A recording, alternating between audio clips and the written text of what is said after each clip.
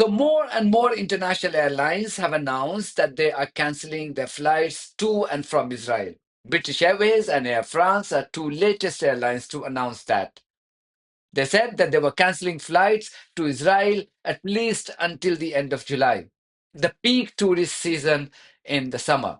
This is following threats made by Yemeni group Ansarullah or the Houthis, warning international airlines to adhere to what they said was an airspace ban over Israel. Not too long ago, if you remember, the Houthis had fired a supersonic ballistic missile targeting the Ben Gurion airport, which also serves as a major facility for Israeli terrorist group, the IDF. Despite desperate attempts by Israelis and Americans, the missile had landed right in the vicinity of the airport. Announcing the success of the missile attack, the Houthi spokesperson has said this at that time. ردا على التصعيد الإسرائيلي بقرار توسيع العمليات العدوانية على غزة، تعلن القوات المسلحة اليمنية أنها ستعمل على فرض حصار جوي شامل على العدو الإسرائيلي من خلال تكرار استهداف المطارات، وعلى رأسها مطار اللد المسمى إسرائيليا مطار بن غوريون، وتهيب بكافة شركات الطيران العالمية أخذ ما ورد في هذا البيان بعين الاعتبار منذ ساعة إعلانه ونشره، وإلغاء كافة رحلاتها إلى مطارات العدو المجرم حفاظا على سلامة طائراتها وعملائها.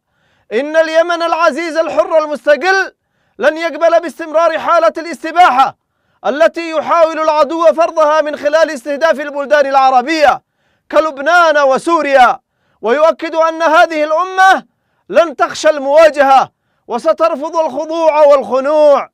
والله حسبنا ونعم الوكيل، نعم المولى ونعم النصير. عاش اليمن حرا عزيزا مستقلا، والنصر لليمن ولكل أحرار الأمة.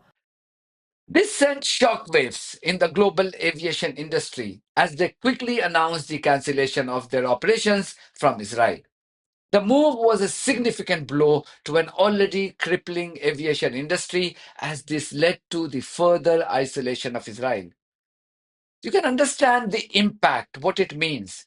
Despite all its power, despite all the billions of money that it receives from America and military prowess that it claims to have, Israelis were left isolated globally. That means their ability to move around the world was severely restricted.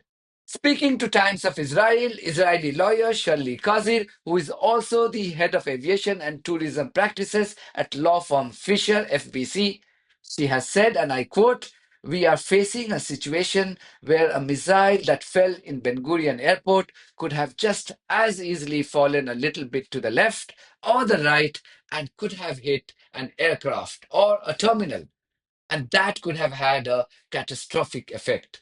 So, foreign airlines are obviously fearful. But even if airlines are willing to consider resuming flights to Israel when the situation calms down a bit, safety and the issue of pricing of insurance premium come up once again. End quote. Foreign airlines have decided to not fly to and from Tel Aviv because they are not confident about the safety of their passengers in Israeli airspace following threats by the Houthis. This means that those wishing to travel to Israel and those who want to travel out of Israel have to largely rely on Israeli airline ELAL to take the additional load. This means ticket prices will skyrocket once again. The last time international airlines were forced to cancel their flights to and from Israel for a prolonged period of time was in 2024, which is last year, when Iran had fired hundreds of drones and ballistic missiles targeting the rogue country. There are reports that passengers wishing to travel to the US, the second home for most Israelis, are having to pay thousands of dollars extra to do so. Experts say that this is simply unsustainable in the long run, even though Israelis have the luxury of relying on the American dole.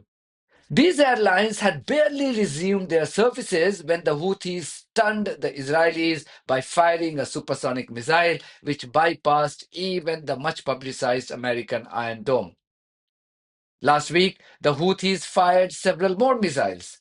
But unlike the last time, there was no retaliatory strikes on Yemen by the US and the UK on behalf of Israel.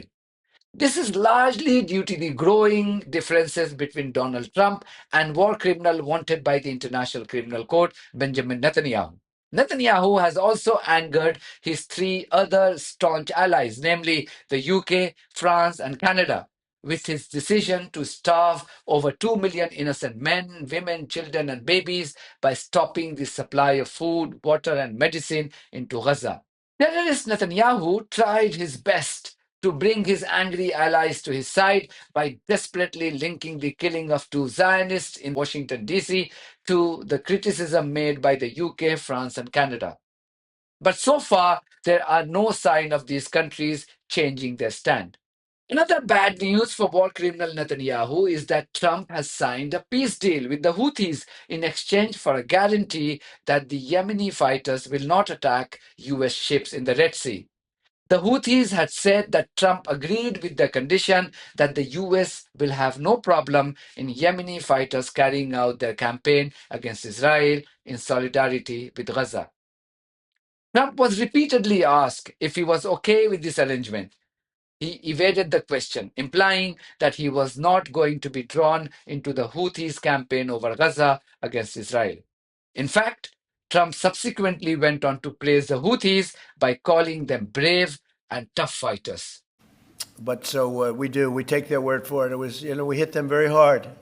They had a great capacity to withstand punishment. They took tremendous punishment. And, you could say there's a lot of bravery there. That it was amazing what they took. Houthi problem, I believe that's a problem for them. You never really know. It's a tricky part of the world. But we were asked to stop firing at the Houthis. And that's something that they've never asked because they're tough and they're good fighters. However, both Trump and British Prime Minister Keir Starmer are known for their unreliability and inconsistency. So don't be surprised if they perform another spectacular U-turn once again. What the Houthis from a distance of 2,500 kilometers have achieved, even Hamas and Hezbollah, two of Israel's staunchest rivals, couldn't achieve from a much closer distance in the past. Even Israeli experts admit that no large-scale long-term flights were cancelled during Israel's previous conflicts involving Hezbollah in 2006 and Hamas in 2009, 2012, and 2014, and also during brief periods in 2018 and 2021.